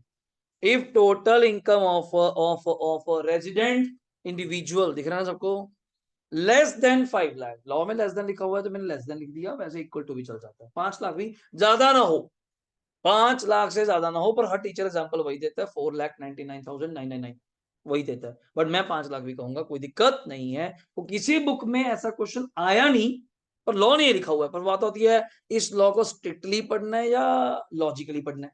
स्ट्रिक्टली पढ़े, रिजिड तो नहीं, सख्त पढ़ना है तो फिर जी 5 लाख से कम ही चाहिए, 5 लाख भी नहीं चाहिए। मैं कहा 1 रुपए का ही फर्क है, नहीं। पर हम उल्टा पढ़ाते हैं हमेशा, अगर 5 लाख से ज्यादा हुआ, 1 रुपए भी ज्यादा हुआ, जैसे 5 लाख 1 रुपए, 5 लाख 2 रुपए, तो बच्चा कहता है सर ऐसा कौन सा बंदा होगा जो 5 लाख 2 रुपए दिखाएगा। आप नहीं दिखाते, सैलरी वाले फंस जाते हैं। सैलरी वालों की इनकम ही कैसे आती है? मान लो उनका पैकेज है 4,80,000 और ऊपर से बैंक में क्या आता है? इंटरेस्ट। और इंटरेस्ट की किस्मत आप जानती हैं कैसे होती है, और कैसी फिगर आती है? 413, 450, 462, कैसी कैसी फिगर होती हैं। टोटल कर करा के बाकी सब मिला के बन गया जी 5,12,000 है। आप कहते हैं ये क्या है, ये 5,00,012 है। आप कहते हैं तो हो गया भाई, सैलरी झूठ बोल नहीं सकता था, वो तो भाई पक्के में आ रही है अकाउंट में, इंटरेस्ट भी पक्के में आ रहा है, उसका ही टोटल 5 लाख क्या बन गया? 12।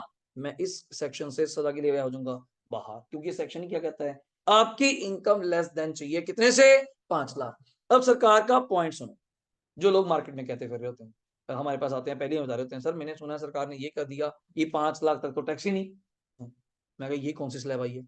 मैं ना तो मुझे सुपर सीनियर लग रहा है कि 0 से, वही होता है 80 वाला होगा तो तू कह सकता है 0 से 5 क्या है? नील। तो मुझे अच्छा खासा बंदा लग रहा है, ठीक लग रहा है, तो तेरे केस में कैसे 5 लाख पे नील? वो कहता मैं बताता हूँ ना कैसे। कहता 0 से 2.5 माफ है। मैं कहा हाँ जी माफ है। 2.5 से 5 कितनी इनकम हुई? 2.5 लाख। उस 2.5 लाख का 5% कितना होता है? 12,500, यही होता है, यही होता है। अब लॉ पढ़ो क्या है, अगर आपकी total income less than 5 lakh है, और कंडीशंस हैं इसके अंदर, अगर मैं बॉक्स करना चाहूं, बहुत स्ट्रिक्ट कंडीशंस है इसके ऊपर, बहुत अच्छा हो सकती है। आप पहली कंडीशन क्या है, क्या होने चाहिए, और ऊपर से आप क्या होने चाहिए, मींस दैट पहली बात तो क्लियर कट फंडा, 87 का रिबेट मिलेगा ही तब अगर आप क्या होंगे? इंडिविजुअल। इंडिविजुअल पहली बात तो, और ऊपर से रेजिडेंट, और ऊपर से मतलब सब कंडीशनों में क्या है? एंड मतलब प्लस। मैं कहा जी मैं रेजिडेंट हूं, इंडिविजुअल हूं, ओके इंडिविजुअल हो, मैं कहा जी मैं रेजिडेंट हूं, सुनना, मैं रेजिडेंट हूं, एचसीएफ हूं, बाहर हो जाओ, तुम्हारे लिए तो 87 है ही नहीं। आप मुझसे पूछोगे, पहले क्लाइंट आता है, अब इंडिविजुअल है, हाँ जी इंडिविजुअल है, रेजिडेंट है, हाँ जी रेजिडेंट है, टोटल इनकम 5 लाख से कम है, मैं हाँ जी 5 लाख से कम है, चलो आपके लिए फायदा कर देते हैं। क्या फायदा? जितना आपका टैक्स बनेगा, जो लोग बोलते हैं टैक्स कितना बना था हमारा? 12,500 और 12,500, इसके बीच में क्या वर्ड है जल्दी बोलना? और है ना, दोनों केसेस लेंगे, और है 12,500 विच एवरेज, तो दोनों में लोअर 12,500 ही हो गया। तो जितना आपका टैक्स बना था उतने का मैं आपको क्या दे दूंगा? रिबेट। रिबेट समझते हैं, डिस्काउंट माइनस कर देंगे एक तरह का। तो 12,500 में से 12,500 माइनस करेंगे तो टैक्स क्या आएगा? और 0 का 4% भी 0, समझ सकते हैं। और ये 4% के बाद नहीं है, 4% सबसे बाद लगेगा, मतलब HNDC आने का तरीका कब लगेगा? आफ्टर रिबेट, दोबारा से HNDC कब लगेगा? After rebate. पहले HCA समझ लो, HNDC सबसे लास्ट स्टेप है, HNDC सबसे लास्ट स्टेप है। और जहां पे बच्चा कहता सर सरचार्ज आ जाए, मैं दिमाग से काम ले, जहां सरचार्ज आ जाएगा वहां तो रिबेट होगा ही। तो सरचार्ज लगते ही कब है? 50 लाख के ऊपर जाके। ये तो बेचारा 5 लाख की बात कर रहा है, समझो बात को ना, क्वेश्चन खत्म होगा ही नहीं कभी भी। तो मींस दैट जहां सरचार्ज आ गया वहां रिबेट की बात नहीं होगी। सीधी काटी कंसेप्ट, ये तो फास्ट बनाएगा आपको। अगर सरचार्ज नहीं आया सर, हाँ फिर यू हैव टू वेट कि वेदर यू आर इंडिविजुअल और नॉट। मैं इंडिविजुअल, और हमारे पेपर में 99% क्वेश्चन किसके हैं? इंडिविजुअल। तो मैं कारण बता चुका, हमारे सिलेबस में इंटर में असेसमेंट एक चैप्टर है, असेसमेंट है ही किसकी? इंडिविजुअल। क्योंकि मैं सारी बातें ज्यादातर देखोगे सर, आप फर्म की बात नहीं करते, आप कंपनी की बात नहीं करते, आप LLP की बात नहीं करते, हमारे सिलेबस में नहीं है। HUF की कर सकता हूँ फिर भी कभी कभार, फर्म की भी एक दो बार, HUF की भी 4 बार 5 बार हार्डली, इंडिविजुअल की 100 बार। ये समझ लो सारी बातें किस पर करूंगा? इंडिविजुअल। और ज्यादातर हम लोग अपनी ही प्रैक्टिकल एग्जांपल देते हैं कि हमारे बिजनेस में जो सराउंडिंग चल रहा है, जो आपने देखा हुआ है, तब विश्वास करना ज्यादा आसान है कि हाँ यार देखा था, सबने ऐसे किया था। तो ये अपनी रिटर्न है। तो मैं बल्कि अपनी रिटर्न भी यहाँ पे हम दिखा देते हैं, बस अमाउंट छुपा लेते हैं।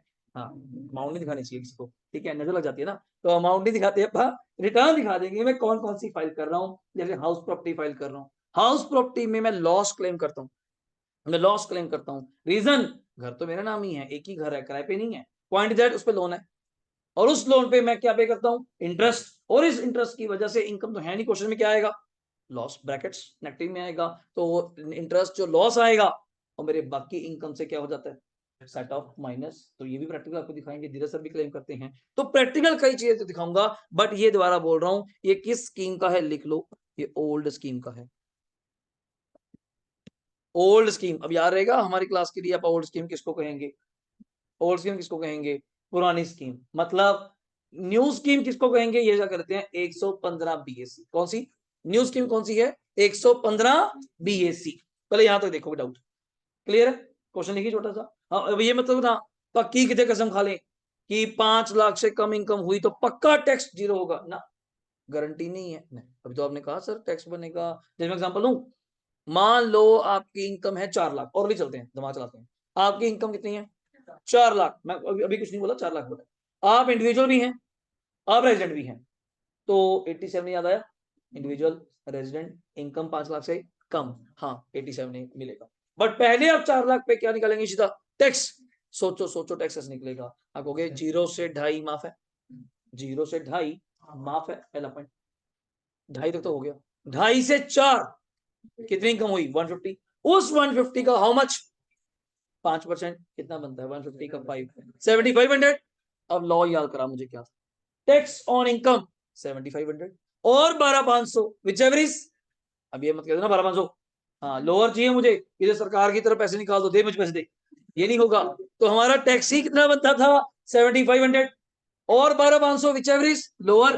75 बनता था, 75 भी माफ हो गया, तो आपका टैक्स 0। तो इस तरह से लोग कहते हैं। सर अभी आप कह रहे थे अगर 4 लाख भी इनकम हो, शायद आप क्वेश्चन करेंगे मेरे साथ साथ, मैं कराऊंगा प्रैक्टिकल कि 4 लाख ही इनकम होगी पर वहां टैक्स बनेगा।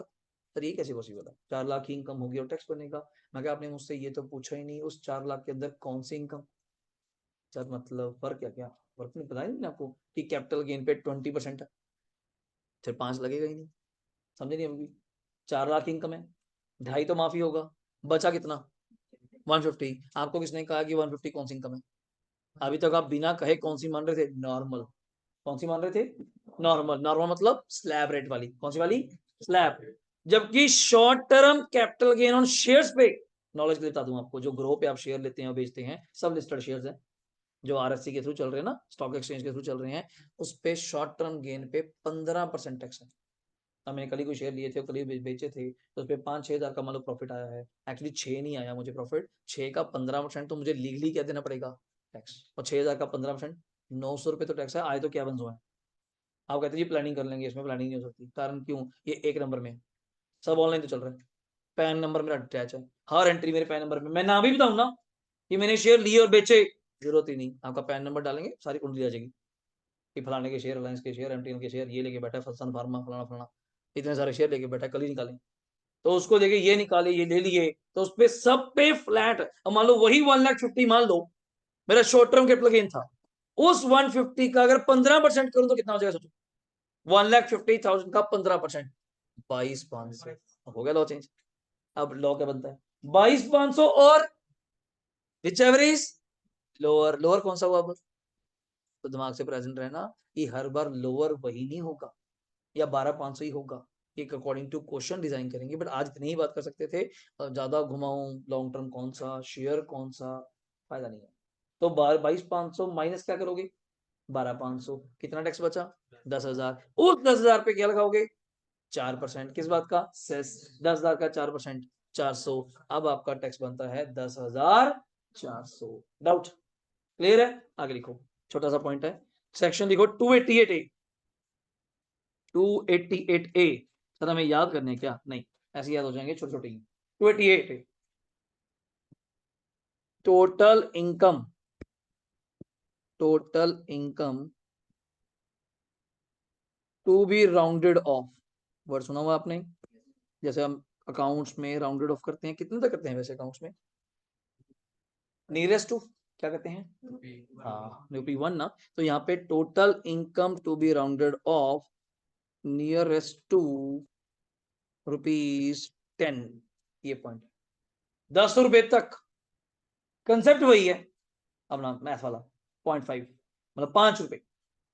अगर छोटी एग्जांपल लेता हूँ, छोटी एग्जांपल आपको कैसे हो जाएगी, 924 रुपए हैं, कितने रुपए हैं बाद में रब कर दूंगा, बाद में रब कर दूंगा, 924 रुपीज है।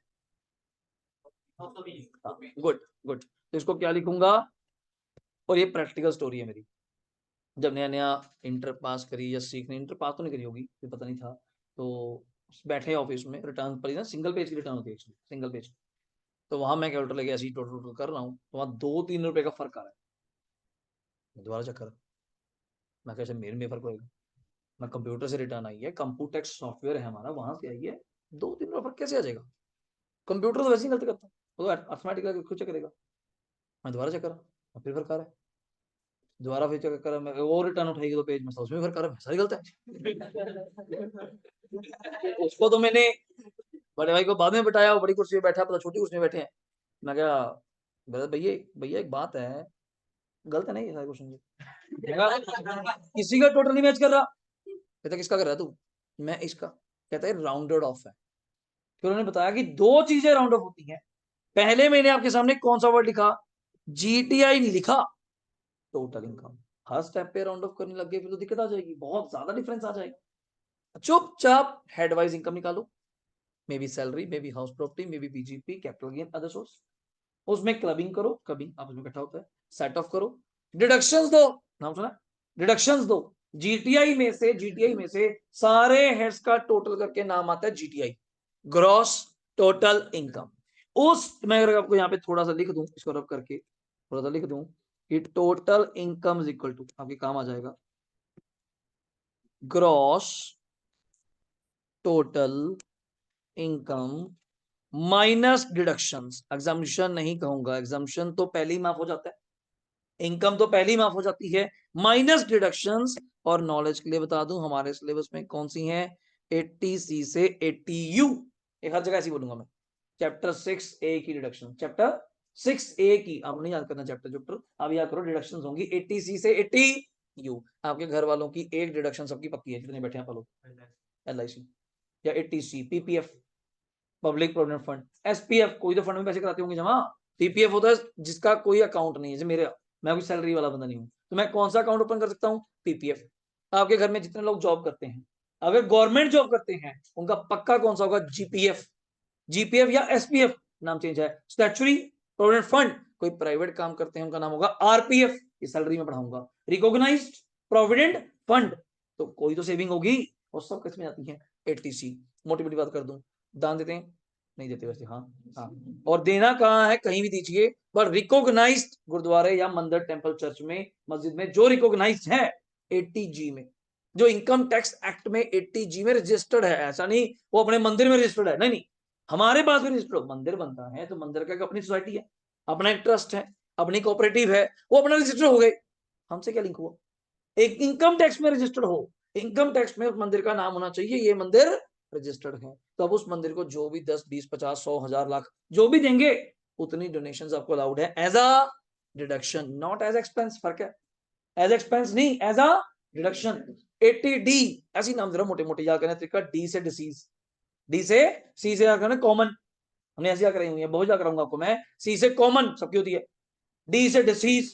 अब तीन है डी वाली, जैसे मैं आपको बताऊं 80D, 80DD, 80DDB, बताऊं तीनों बीमारी है, तीनों बीमारी है। 80D मेडिकल इंश्योरेंस कराया हुआ है घर वालों ने, अगर प्यारे हैं आप लोग, हाँ सारी हैं, तो कि कोई दिक्कत ना आ जाए, आप हॉस्पिटल में जाके जब भी दिक्कत आए जाके लेट जाए बिना बात के कि भाई ठीक कर दो मुझे बस, हाँ तो उसकी चिंता यही फ्री है, आपके पास मेडिकल इंश्योरेंस है, 15-20 हजार 25 हजार जो भी आप साल का पूरी फैमिली का कवर देते हैं। वो 80D ने कहा कि आप करवाइए। सरकार आपको प्रमोट क्यों कर रही है, यार कल को दिक्कत आए, आप सारी लालच में आके मेरी बात सुन लें, तो बच्चा बंदा अपना जो लालच सोचता है तब जाके कोई बात सुनता है, जिसको लालच ही ना दिखेगा सुनते नहीं, क्या है जो लालच सुनेगा कि भाई तू मेडिकल कराएगा, तुझे कल को कोई दिक्कत आ गई, कहता हम तो अमर है, हम लोग नहीं है।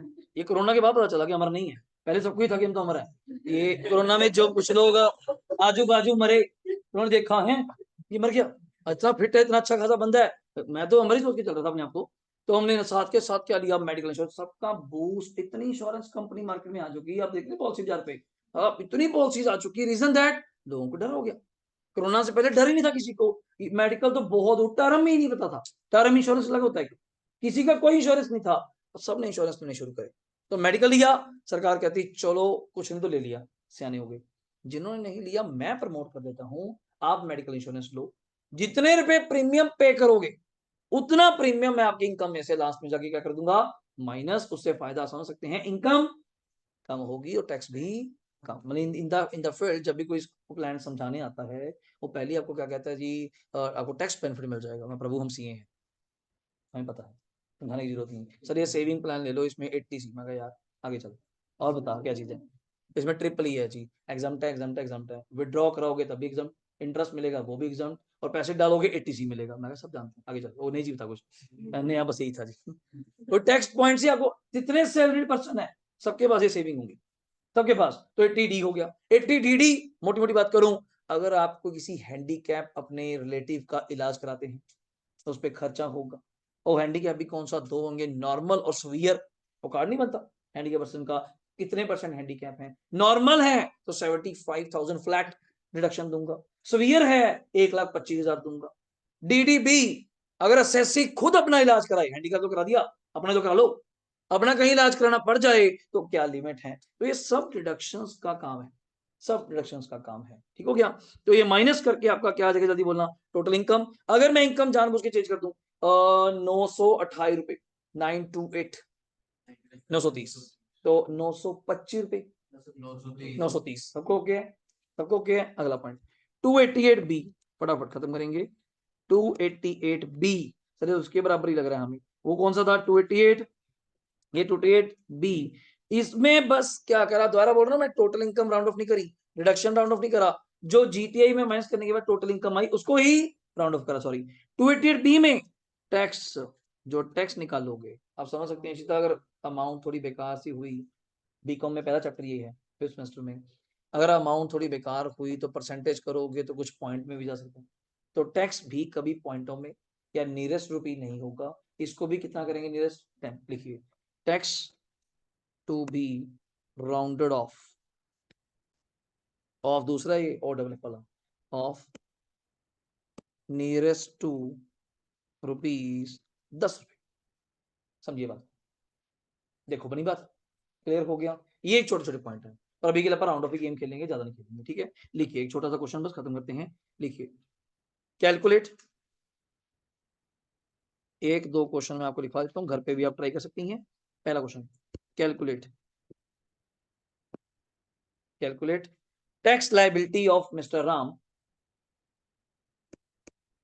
कैलकुलेट टैक्स लायबिलिटी में बोल रहा हूँ already, calculate tax liability of mister Ram for previous year, calculate tax liability of mister Ram for previous year 23-24, ये पेपर में लिखा होगा बच्चे, हाँ प्रीवियस ईयर की जगह क्या आ सकता है, असेसमेंट ईयर, तो आप प्रेजेंट रहेंगे, बात ही की हमारे लिए, क्योंकि इसमें स्लैब रेट का फर्क पड़ जाता है, अगर ईयर गलत बोल दिया मैंने तो ईयर गलत नहीं बोल सकता मैं, तो क्या बोला मैंने, कैलकुलेट टैक्स लायबिलिटी आगे of mister Ram for previous year कौन सा 23-24, if his total income is rupees, if his total income is rupees 10,90,000, 10,90,000 लिख पा रहे हैं, 10,90,000। मैंने भी कोई पॉइंटों में नहीं डाला, 2-3 में रखा, सब राउंड ऑफ रखा और नॉर्मल टैक्स निकालना है। और एक का डाउट आता है आपका, सर आपने बताया नहीं एज क्या है, तो आप कौन सी मानेंगे? ये आपका डाउट है ना, उससे बताओ। Less than 60। जब इस 60 से ऊपर होगा तो मैं बता के जाऊंगा। सर आपने बताया नहीं रेजिडेंट है नॉन रेजिडेंट है, तो आप मानेंगे रेजिडेंट। ये कुछ बेसिक चीजें हैं, लिख लो चाहे अज्यूम, ब्रैकेट में लिखो, ब्रैकेट में लिखो अज्यूम। क्या लिखोगे? Assume age less than 60, assume ले age less than 60 and resident, and Ram is resident of India. अब अपने अपने अकॉर्डिंग कॉपी पे लिख के करना है प्रॉपर, मैं आपको बताऊंगा कैसे। तो मैंने यहाँ पे क्या बोला था आपको, calculate tax liability of mister Ram for A Y 24-25 बोल दूं, ब्रैकेट में पी वाई कौन सा होता है 23-24, इफ हिज टोटल इनकम क्या लिखवाई मैंने बच्चे 10,90,000,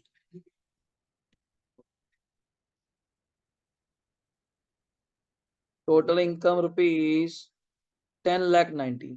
अब आप जो पहला पॉइंट अभी क्लास में कह रहे हैं रिबेट वाला पॉइंट, वो तो आएगा ही, कारण वो आता ही कब है, आप रेजिडेंट हो, वो तो है, राम है नाम तो इंडिविजुअल भी है, बट इनकम लेस देन क्या चाहिए थी 5, बट यहाँ क्या बचे 10,90, तो रिबेट तो छोड़, ठीक हो गया। अब करना कैसे है ध्यान से सुनिए प्रॉपरली, एक बार तरीका समझ लो, बाकी आपकी कॉल है। तो पहले तो आपने एज बता दिया लेस देन 60 है, हाँ रेजिडेंट है, तो क्या करेंगे 0 से 2.5 लाख आराम से लिखेंगे। क्या होता है जल्दी बोलेंगे, निल, 0 से 2.5 लाख, और अगले 2.5 लाख 1 रुपए से लेके कहां तक 5 लाख तक। तो इसका आप ऐसे लिख सकते हैं 2.5 लाख का कितने परसेंट का सक्षम 5%, हाउ मच 12,500। अगला था 5 लाख 1 रुपए से लेके कब तक 10 लाख, तो कितना आ जाएगा 5 लाख। इस 5 लाख का कितना है बच्चे 20। अभी आप लोगों ने 1 मिनट से पहले कैलकुलेटर निकाला, फटाफट करने शुरू हो गए, आने वाले टाइम में कैलकुलेटर की जरूरत टैक्स निकालने के लिए नहीं पड़ेगी, गारंटी है आपसे, एक्सेप्ट अगर स्पेशल इनकम हुई। कारण क्यों, हमने अभी टैक्स निकाला, मैं आपको बेसिक टैक्स रेट ही याद करा दूंगा, 10 लाख तक कितना बनता है, अभी याद नहीं हुआ 10 लाख तक कितना बनता है, 1/12,500, ढाई माफ, समझे नहीं, इसको कैच करना, मैं इसलिए इतना स्लो क्यों चल रहा हूँ ध्यान सुनना। इस स्टेज पे क्या होता है ना, बिल्कुल नया सीख रहे हो तो किसी को बड़ा जल्दी कैच हो जाता है, कई आराम से अगले दिन तक सीखते हैं, कोई दिक्कत नहीं है, पहला चैप्टर हमारा यही है, अगली क्लास एक और लगेगी, पूरा चैप्टर फिनिश हो जाएगा विद मार्जिनल रिलीफ, मेरी गारंटी आपके साथ, but patience must you have. ये नहीं समझ नहीं आया तो मुझे समझ नहीं आ रहा, ऐसा तो होता है, टैक्स है एकदम थोड़ा समझा जाएगा, अकाउंट्स है तो मैंने ब्रेक डाल दी कि जहां मुझे पता है जरूरत है तो समझिए चलना। तो अगला पॉइंट मोर देन, क्या लिखोगे, दो शब्द बच्चे बता सकते हैं, मोर देन 10 कितना गया था दक्षिता, उस 90 का कितना 30 कितना टोटल कर देंगे, 1/12,500 1,39,500, याद आ रहा है, पॉइंटों में तो डाउट ही नहीं आना था, इनकम ही मैंने राउंड ऑफ लिखवाई है, इनकम ही मैंने राउंड ऑफ लिखवाई है, बिल्कुल सही अंशित, ठीक है। तो प्लस अभी इसको टैक्स लाइबिलिटी नहीं बोलते, हाँ इसको, इसमें आप करेंगे add H and E C, how much 4%, ये आप अपना अपना कर लीजिए, 139,500 का 4% 5580, प्रॉपर दिखाएंगे 5580, ये आपकी टैक्स लाइबिलिटी है, प्लस 139 कितना था 500, 145,080, डाउट बताओ। और मैं जो शॉर्टकट कह रहा था उसकी बात करूंगा इसके बाद, पहले आप ये लिख लो, सबको विजिबल है क्या, विजिबल है सबको। और मैं शॉर्टकट क्या कह रहा था कि इतना करने की जरूरत नहीं थी सर, 10 लाख के ऊपर कितना गया, हाँ एक्सेप्ट फिगर अच्छी हो 90,000, उस 90 का 30 कितना होता है 27, ओके वो साइड पे हो गया, और भी चल रहे हैं दिमाग शार्प होगा तभी तो आपको फर्क लगेगा कि हाँ कुछ फास्ट होना भी एक अलग कला है, पढ़ाना कला नहीं है, पढ़ा तो सारे टीचर हैं, ऑनलाइन भी पढ़ा रहे हैं, आपको मैंने अपने साथ साथ फास्ट भी करना कि मैं कैसे सीधा आंसर बोल पा रहा हूँ, ये आंसर है, तो आपने वही मेरे साथ सीखना कि पेपर में टाइम बचाना भी एक कला रहेगी हमारे, इस पेपर को पूरा भी तो करना है। तो 0 से 2.5 माफ है, 2.5 से 5, 5% कितना होता है 12,500, और भी है 2.5 लाख का 5 ना 12,500, 5 लाख का 20 1 लाख, मतलब 10 लाख तक आज के बाद मुझसे कोई भी बंदा टैक्स पूछेगा जिसकी एज 60 से कम होगी, रेजिडेंट रेजिडेंट छोड़ो, उसका 1,12,500 है, उसका 1,12,500 है प्लस ये स्थाई। सर उल्टा चले, अगर एज बंदे की 60 होती, रेजिडेंट तो है ही था, तो दिमाग लगाओ, 0 से 3 माफ है, 0 से 3 माफ है, 3 से 5 इनकम कितनी हुई 2, उस 2 लाख का कितना 10,000, 1 लाख तो वही है, तो 1,10, बाकी ऊपर चलो 1,10 हो गया। एज 80 है, 5 तो माफी है, सीधा 1 लाख, अगले 5 लाख पे 20 1 लाख, तो आज के बाद 10 लाख के ऊपर कैलकुलेट नहीं चलेगा। तो कोई आपसे टैक्स पूछे 1 करोड़ का टैक्स बताओ, क्या दिमाग खराब कर, 10 लाख के ऊपर 90, 90 का 30% 27, 90 लाख का 30% 27 लाख। अब बता एज क्या है, 1,12,500 जोड़ू, 1,10 जोड़ू या 1 लाख जोड़ू, हो गया। यही फास्टनेस मुझे आपसे चाहिए, ये थोड़ा लिख के बैठेंगे, हाँ देखता हूँ जी कितना बता कैलकुलेटर पे, थोड़ा पास ही आपको कि 90 लाख पूछा सर ने, 1 करोड़ 1 लाख, 1 करोड़ 1 लाख का क्वेश्चन कराऊंगा, इसलिए सीधे बोल रहा हूँ, बेस बना रहा हूँ आपका मैं, 1 करोड़ 1 लाख, फिर वही 10 लाख तक 1,12,500, ऊपर कितना गया 91 लाख, अब 91 का सीधा नहीं हो पा रहा, वेट वेट वेट, 90 लाख का 30 27, 1 लाख का 30 30 लाख, 27 30 27 30 प्लस 1,12,500, तो 28 42,500, 28 42 500, तो you have to become a fast, not only slow, हम स्लो भी चलेंगे, ये नहीं कह रहा कि फास्ट भी चलेंगे, बताना जरूरी है, ये सर आप तो पहले ही ना आगे ना वही काम पे, नहीं वो नहीं, तो जो अपने को जानते हैं भाई फिर गलत हो जाएगा कि मैं जानता हूँ यार तू देख अब स्लो चल रहे हैं, तो ऐसा नहीं, तो जहां सब्जेक्ट हाई फाई है तो वहां मुझे अपने आप ही स्लो होना पड़ेगा, बट आप लोगों का कोऑपरेशन लेके, आप सामने बैठे हैं तो आपको बेस लेके मैं ऑनलाइन को ट्रीट कर सकता हूँ कि उनको कितना समझ आ रहा है, बीच बीच में नहीं मैं पूछ पाऊंगा बार बार बच्चे बच्चे की तरह कि हाँ जी बच्चे, हाँ जी बच्चे, वो नहीं, अगर आ रहा है तो आप मुझे मैसेज कर सकते हैं, आंसर भेज सकते हैं, और आप लोगों को सबका क्वेश्चन होना चाहिए। अब एक बंदे को देख के चले फिर तो हो गया आंसर, एक ने कर दिया और हो गया बाकी लिखो, नहीं ऐसा नहीं, सबको टाइम देते हुए बट सब बराबर भी चले। ओके, 2 दिन क्वेश्चन राइट डाउन करेंगे फटाफट, मैं आपको घर के लिए होमवर्क दे रहा हूँ, और नहीं बोलूंगा, आप लिख लीजिए, लिखिए, शॉर्टकट ही बोल दूं सीधा, ठीक है, लिखिए, question number 2, assume total income of Ram, question number 2 है, क्वेश्चन नंबर 2 है, assume total income of Ram rupees 25,80,000, लिख दिया, assume total income is 5 lakh, assume total income is क्या लिख रहा हूं, थर्ड केस है, third, total income is 5,60,000 of ram, मैंने वो लिखाया, कैलकुलेटर सब में क्या करना है, tax liability, total income is 5,60,000 of ram, age 65 years and resident, sir resident ना भी बोलते तब भी हम क्या मान के चलते, रेजिडेंट, मैं पहले बता दूं, ये बड़ा डाउट रहता है कई बार बच्चों को, सबको विजिबल है पहले बताते जाएंगे, ठीक है। Number 4, total income is rupees 4,90,000 of ram, aged 62 years and resident, लिख दिया। टोटल इनकम आप नोट कर रहे होंगे, मैं कोई भी टोटल इनकम 50 लाख से ऊपर नहीं लिख पाऊंगा, रीजन 50 लाख से ऊपर गए तो सरचार्ज का पॉइंट आएगा, मैं ही कंसेप्चुअली रॉन्ग कर रहा हूँ, ओके, तो अब वो नहीं लिखवाएंगे बच्चे, तो टोटल इनकम इज रुपीज 9,65,453, जान बुझ के 9,65,453 of ram, aged 82 years and resident, aged, आपका पूरा दिमाग डेवलप हो जाएगा घर जाके इसको जब सॉल्व करेंगे। एज्ड कितना लिखा मैंने 82, देख लेना कि देख कुछ मिसप्रिंट हो जाए, एंड क्या लिखा मैंने रेजिडेंट। नेक्स्ट लिखेंगे टोटल इनकम इज रुपीज 4,20,128, ध्यान से, of Ram, aged less than 60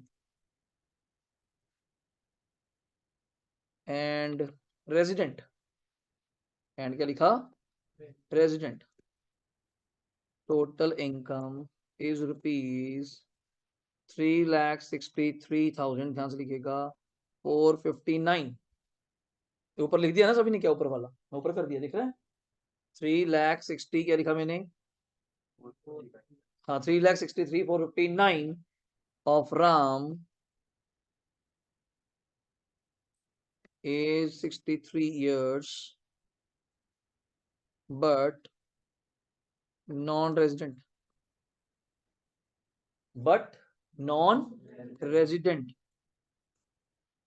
अब ये मत कहना सर अब चलती जा रही हूँ, हाँ एक दो करेंगे बस और फिर आप इसको डन कर देंगे, ठीक हो गया, लिखेंगे वही 10 ही करूंगा।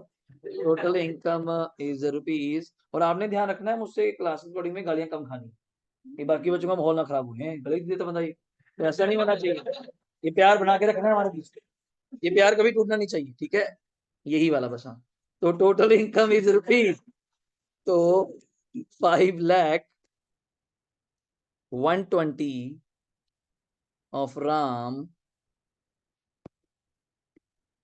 aged less than 60 and non-resident, and क्या है, नॉन रेजिडेंट, क्लियर हो गया, चलो 8 ही बहुत है, ज्यादा नहीं, फायदा होता है ना, 10 के आगे 8 करो भाई, हाँ जी, आप देखो महाराज जी मेरा काम थोड़ा है, होमवर्क होमवर्क क्या होता है, नहीं नहीं आप देखो मार्जिनल लीव तो पॉइंट ही नहीं, मार्जिनल लीव तो 50 लाख से ऊपर है, 5 लाख लिखा मैंने, 5,120 पे फिगर गलत ना हो जाए, बड़े ध्यान से नीट एंड क्लीन जैसे मैंने ये बनाया, मैं दोबारा कह रहा हूँ चेक करूंगा, ये फिर कोई चेक नहीं करता मैं, तो ये तरीका सही है, बता देना चाहिए कि अब आज से हैबिट बना ले, ठीक है वही काम है, नहीं वो काम नहीं है, और सीरियस होना पड़ेगा, अगर इंटर का लेके चल रहे हैं और सभी के साथ ही चलना पड़ेगा, आपसे ही आंसर डिक्टेट कराऊंगा, बीच में तभी मैंने ए चेंज करी, नॉन रेजिडेंट करा, रेजिडेंट करा, इनकम कितनी रखी 87 का पॉइंट भी लेकर आया, बस एक डाउट दूर कर दूं आपका छोटा सा जाते जाते, 87 में मैंने क्या लिखवाया था एक बार देख लो बस, अगर डाउट आएगा घर जाके बस, 87 में क्या लिखाया था सोच लो, 87 में आपके सामने रखा, टोटल इनकम 5 लाख से कम, रेजिडेंट एंड इंडिविजुअल, तो टैक्स और 12,500 विच एवर इज लोअर, कोई एज का चक्कर डाला मैंने, तो मतलब एज जितनी भी हो यार रहेगा, घर जाके क्वेश्चन देखोगे ना तो पता चलेगा, लिख लिख के काटे ना हमारे नाम बता दिए, आपको तभी तो सीखने को मिलेगा कि यार ये क्या कर दिया, मैंने ये मान लिया, मैं ये देख लिया, मैं देखा ही नहीं वो नॉन रेजिडेंट है, मैं देखा ही नहीं वो ये है ये फलाना है, तभी मैं थोड़े से करे तो और एक दो देता फिर मजा था, बट अगला लेक्चर अच्छा जाएगा मेरी गारंटी है, तो मतलब 87 के लिए only condition is that you are resident, और रेजिडेंट को एज का बेनिफिट मिलता है, चाहे 60 के हो चाहे 85 के हो, तब भी आपको, अब बच्चा क्या कहता है कि 87 का फिर सीनियर को क्या फायदा, क्यों भाई, उसको 3 लाख माफ है, 3 लाख के ऊपर उसको 5 लाख नहीं पड़ता, तो उसका टैक्स और 12,500 विच एवर इज लोअर, तो उसका भी टैक्स क्या हो जाएगा, 0, तो याद रखना रेजिडेंट का मतलब यहाँ पे सारे लोग हैं, may be age less than, may be age 60 और मोर, लेस देन 70 80 और 80, हाँ 80 वाले में काम खराब हो जाएगा, कारण क्यों, 5 लाख तक तो उसका वैसे ही माफ है, उस केस में नहीं मैं कहूंगा, बट सीनियर में जरूर कहूंगा, क्लियर हो जाएगा, डन है, करके आओगे प्रॉपरली, चलो ठीक है sir, okay bye bye tata मेरी तरफ से।